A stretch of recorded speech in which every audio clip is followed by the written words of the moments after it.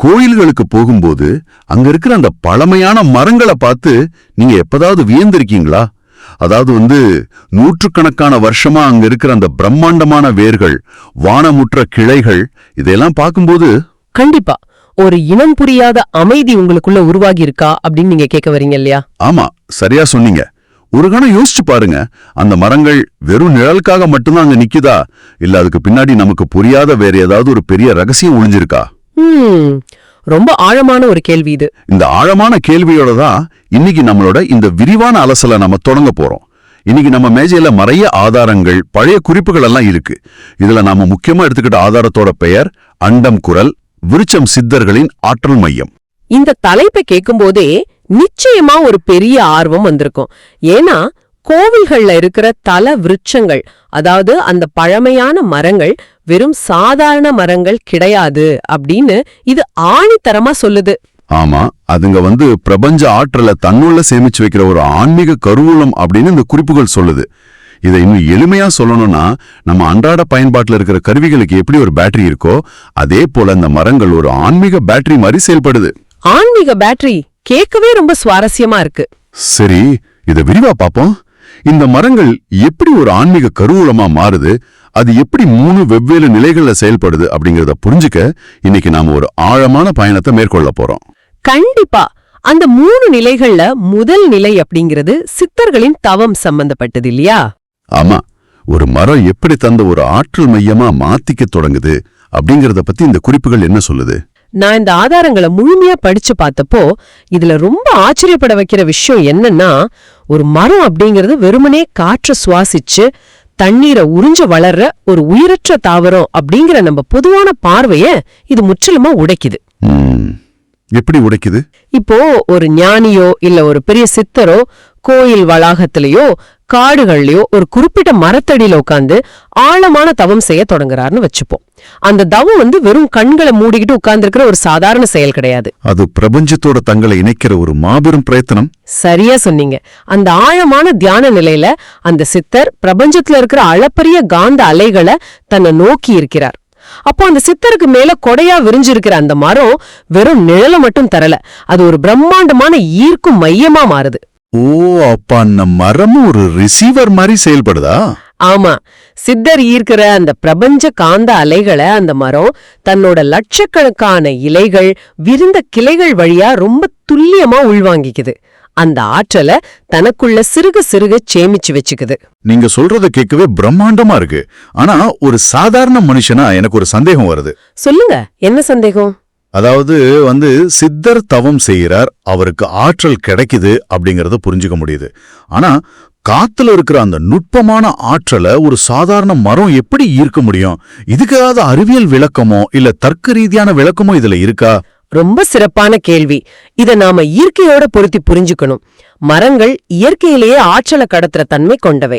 ஒளிச்சேர்க்கை மாதிரி சொல்றீங்களா? அதேதான். சூரிய ஒளிய இலைகள் உள்வாங்கி அத உணவா மாத்திர ஒளிச்சேர்க்கை நமக்கு தெரியும் இல்லையா? அதே மாதிரி ஒரு நுட்பமான செயல்முறைதான் இங்கும் நடக்குது. ஒரு வறண்ட கடற்பாசி தண்ணிக்குள்ள விழுந்தா எப்படி நீரை முழுமையா உறிஞ்சுக்குதோ, ஸ்பாஞ்ச் மாதிரி. ஆமா, ஸ்பாஞ்ச் மாதிரி. அதே போல தவத்துல இருக்கிற சித்திர சுத்தி ஒரு மாபெரும் ஆற்றல் தளம் உருவாகுது. அந்த ஆற்றல் தளம் விரிவடையும் போது அந்த மரத்தோட உயிரியல் கட்டமைப்பு அந்த நுட்பமான காந்த அதிர்வுகளை அப்படியே உள்வாங்கி தனக்குள்ள பதிவு செஞ்சுக்குது. அடடே, மரத்தோட இலை துளைகள், பட்டைகள் வழியா அந்த ஆற்றல் உள்ள போகுதா? ஆமா, உள்ள போய் அந்த மரத்தோட ஒவ்வொரு செல்லிலையும் ஒரு தகவலை ஆழமா பதிவு செய்யற மாதிரி சேமிக்கப்படுது. இதுதான் அந்த மரம் ஒரு ஆன்மீக பேட்டரியா மாறுறதுக்கான முதல் புள்ளி. இப்போ ரொம்ப தெளிவா புரியுது. அந்த மரம் ஒரு அமைதியான சாட்சியா மட்டும் இல்லாம அந்த தவத்தோட ஒரு முக்கிய பங்காளியாவே மாறிடுது அப்படிங்கிறது உண்மையில சிலிர்ப்பான விஷயம்தான். நிச்சயமா. சரி, முதல் நிலையில அந்த மரம் வெறுமனே இருந்து ஆற்றலை உள்வாங்குது அப்படின்னு பார்த்தோம். ஆனா இந்த குறிப்புகளை நான் புரட்டிக்கிட்டு இருந்தப்போ ஒரு வார்த்தை என்ன ரொம்ப சிந்திக்க வச்சது. என்ன வார்த்தை அது? ஸ்பரிஷ தீட்சை. இதுதான் 2ஆம் நிலை அப்படின்னு சொல்றாங்க. ஸ்பரிஷம்னா தொடுதல் அப்படின்னு எனக்கு தெரியும். ஒரு மரத்தை தொடுறதால அப்படி என்ன பெரிய மாற்றம் நடந்துற போகுது? ஸ்பரிஷ தீட்சை அப்படிங்கறத நாம வெறும் மேலோட்டமான ஒரு தொடுதலா பார்க்க கூடாது. தூரத்துல உட்கார்ந்து தவம் செய்யறத தாண்டி அந்த மரத்துக்கும் சித்தருக்கும் இடையில ஒரு நேரடி தொடர்பு ஏற்படும் போது அந்த மரத்தோட தன்மையே முற்றிலுமா மாறிடுது அப்படின்னு இந்த அண்டம் குரல் குறிப்புகள் ஆழமா விவரிக்குது. தன்மையே மாறிடுமா? எப்படி? இப்போ ஒரு தாய் தன் குழந்தைய தொட்டு தடவி எப்படி அன்பையும் அரவணைப்பையும் கடத்துறாளோ அதே போல ஒரு சித்தர் அந்த மரத்தை தொட்டு வளர்க்கிறார். அவர் தன் சொந்த கைகளால அந்த மரத்தோட தண்டுகளையும் இலைகளையும் தொடும்போது அங்க ஒரு சாதாரண தொடுதல் நடக்கல. வேற என்ன நடக்குது?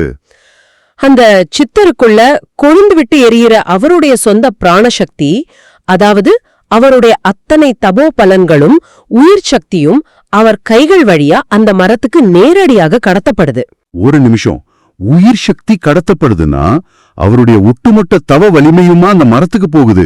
இது எப்படி சாத்தியம்?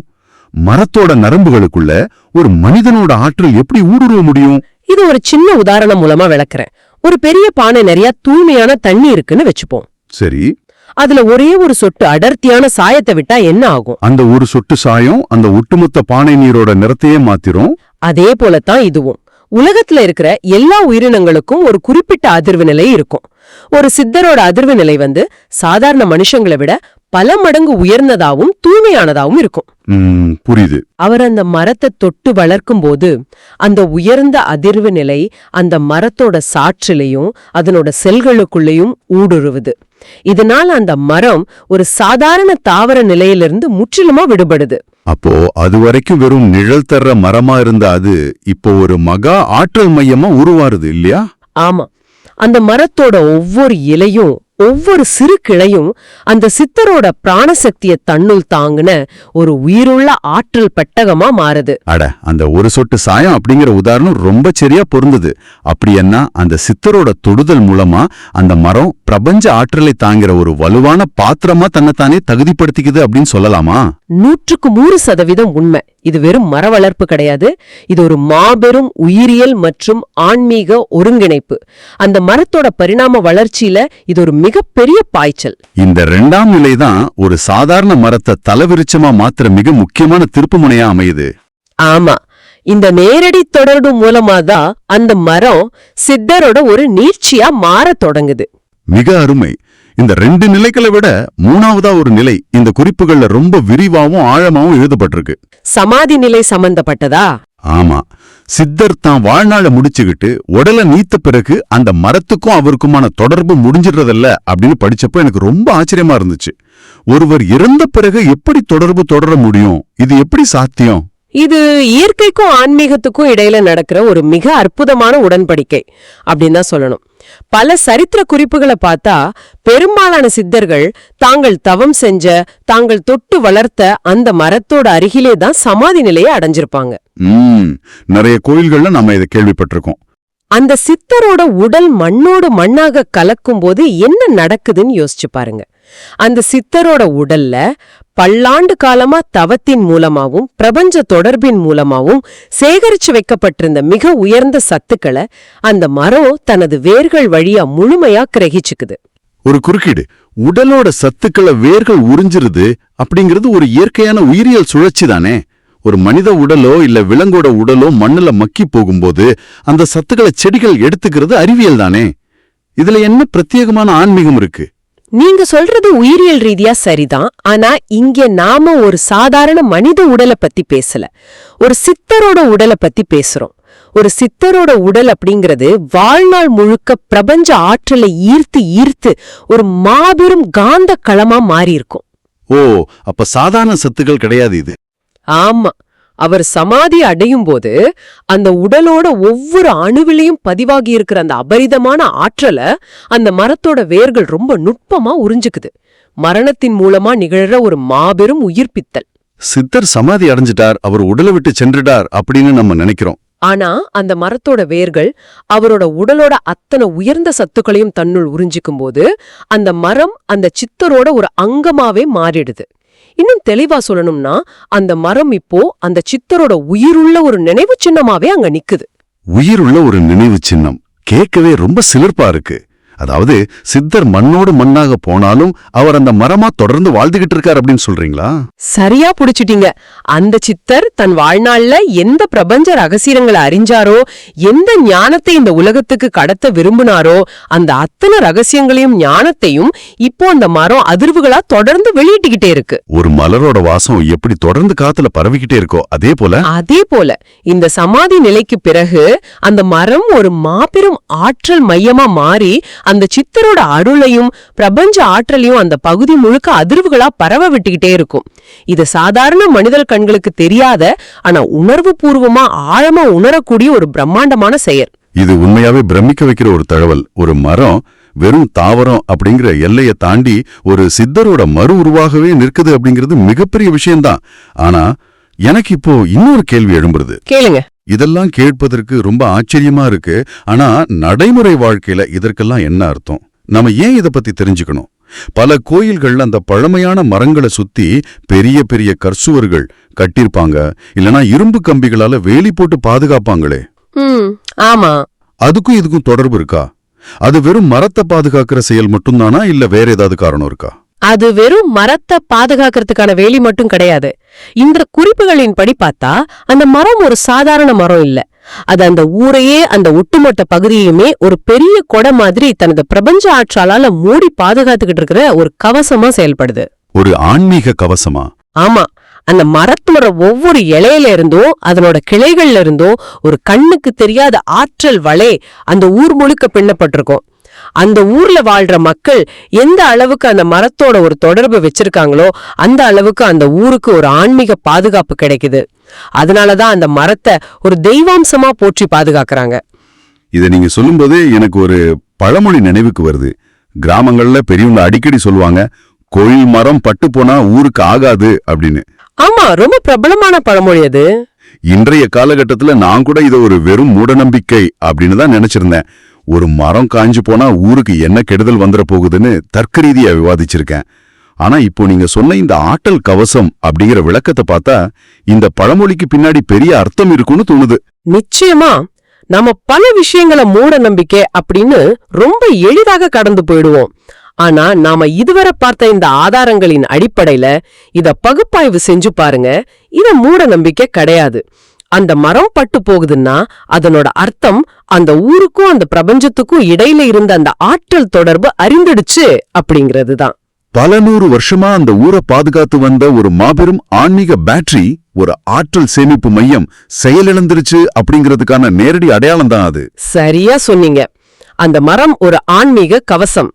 அந்த கவசம் உடையும் போது அந்த ஊருக்கு கிடைச்சுக்கிட்டு இருந்த அந்த பாதுகாப்பான அதிர்வுகள் தடைப்படுது. இதத்தான் அண்டம் குரல் அப்படிங்கிற இந்த குறிப்பு நமக்கு உணர்த்துற ஒரு மிகப்பெரிய பேருண்மை அப்படின்னு நான் பாக்குறேன். இத அறிவியலும் இயற்கையும் ஆன்மீகமும் சந்திக்கிற ஒரு மிக நுட்பமான புள்ளி. உண்மையாவே இது நம்ம சிந்தனைய விரிவடைய செய்யற ஒரு அருமையான விளக்கம். நாம பழக்க வழக்கங்கள் அப்படின்னு மூடநம்பிக்கைகள் அப்படின்னு ஒதுக்கி தள்ளுற பல விஷயங்களுக்கு பின்னாடி இப்படி ஒரு ஆழமான பிரபஞ்ச அறிவியல் ஒளிஞ்சிருக்கு அப்படிங்கறத அறியும் போது ரொம்ப வியப்பா இருக்கு. ஆமா, நம்ம முன்னோர்கள் எதையும் காரணமில்லாம செய்யல அப்படிங்கிறது இதுல இருந்து புரியுது. சரி, இன்றைய இந்த தேடலோட இறுதி பகுதிக்கு நாம வந்துட்டோம். நாம இன்னைக்கு பார்த்த இந்த அண்டம் குரல் ஆதாரங்களின் அடிப்படையில கோயில்கள்ல இருக்கிற தலவிருச்சங்கள் அப்படிங்கிறவ வெறும் நிழல் தரும் மரங்களோ இல்ல அலங்காரத்துக்காக வளர்க்கப்படுற தாவரங்களோ கிடையாது அப்படிங்கறத நாம மிக தெளிவா புரிஞ்சுக்கிட்டோம். ஆமா, அதுங்க சித்தர்களின் தவம் அப்படிங்கிற முதல் நிலை மூலமா பிரபஞ்ச ஆற்றல ஒரு கடற்தரிசை மாதிரி உள்வாங்க தொடங்கி ஸ்பரிஷ தீட்சை அப்படிங்கிற தொட்டு வளர்த்தல் மூலமா ஒரு மாபெரும் ஆற்றல் மையமா மாறி இறுதியா சமாதி நிலை அப்படிங்கிற உயரிய சுழற்சியின் மூலமா வேர்கள் வழியா சத்துக்களை உறிஞ்சி அந்த சித்தரோட ஒரு அங்கமாவே மாறி நிக்குது. இந்த 3 நிலைகள்லயுமே அந்த மரங்கள் பிரபஞ்ச ஆற்றலை தன்னுள் சேமிச்சு அந்த ஊரையே காக்குற ஒரு மாபெரும் ஆற்றல் பெட்டகங்களா எப்படி செயல்படுது அப்படிங்கறத இன்னைக்கு நம்ம ரொம்ப விரிவா பார்த்தோம். நிச்சயமா மரங்களை நாம பார்க்கிற பார்வைய இந்த குறிப்புகள் முற்றிலுமா மாற்றி அமைச்சிடுச்சு அப்படின்னு தான் சொல்லணும். கண்டிப்பா. கோயிலுக்கு போய் அந்த மரங்களை வலம் வரும்போது நாம ஏதோ ஒரு மரத்தை சுத்தி வர்றோம் அப்படின்னு இனி யாரும் நினைக்க மாட்டாங்க. பல நூற்றாண்டுகளா பிரபஞ்சத்தோட ஆற்றல, ஒரு சித்தரோட தவ வலிமைய, அவருடைய உயிர் சக்திய தன்னுள் அடக்கி வச்சுக்கிட்டு அதை நமக்கு ஒரு ஆசீர்வாதமா திருப்பி கொடுத்துக்கிட்டு இருக்கிற ஒரு மாபெரும் உயிருள்ள பெட்டகத்தை தான் நாம சுத்தி வர்றோம் அப்படிங்கிற தெளிவு இப்ப உங்களுக்கு கிடைச்சிருக்கும். இது வெறும் ஆன்மீகம் மட்டும் இல்ல, இயற்கையோட நாம எந்த அளவுக்கு ஆழமா பிணைக்கப்பட்டிருக்கோம் அப்படிங்கிறதுக்கான ஒரு நேரடி சான்று இது. 100க்கு 100 உண்மை. மிக சரியா சொன்னீங்க. இந்த அத்தனை தகவல்களையும் உள்வாங்கின பிறகு உங்களுக்குள்ள ஒரு புதிய சிந்தனையை தூண்டக்கூடிய ஒரு ஆழமான கேள்வியோட இந்த விரிவான அலசலை நாம நிறைவு செய்ய போறோம். சொல்லுங்க, அது என்ன கேள்வி? சித்தர்களின் ஆழமான தவம் மற்றும் அவங்களோட உயரிய ஆற்றலால கோயில் மரங்கள் மாபெரும் பிரபஞ்ச பேட்டரியலா ஒரு கவசமா மாறுது அப்படின்னு பார்த்தோம்.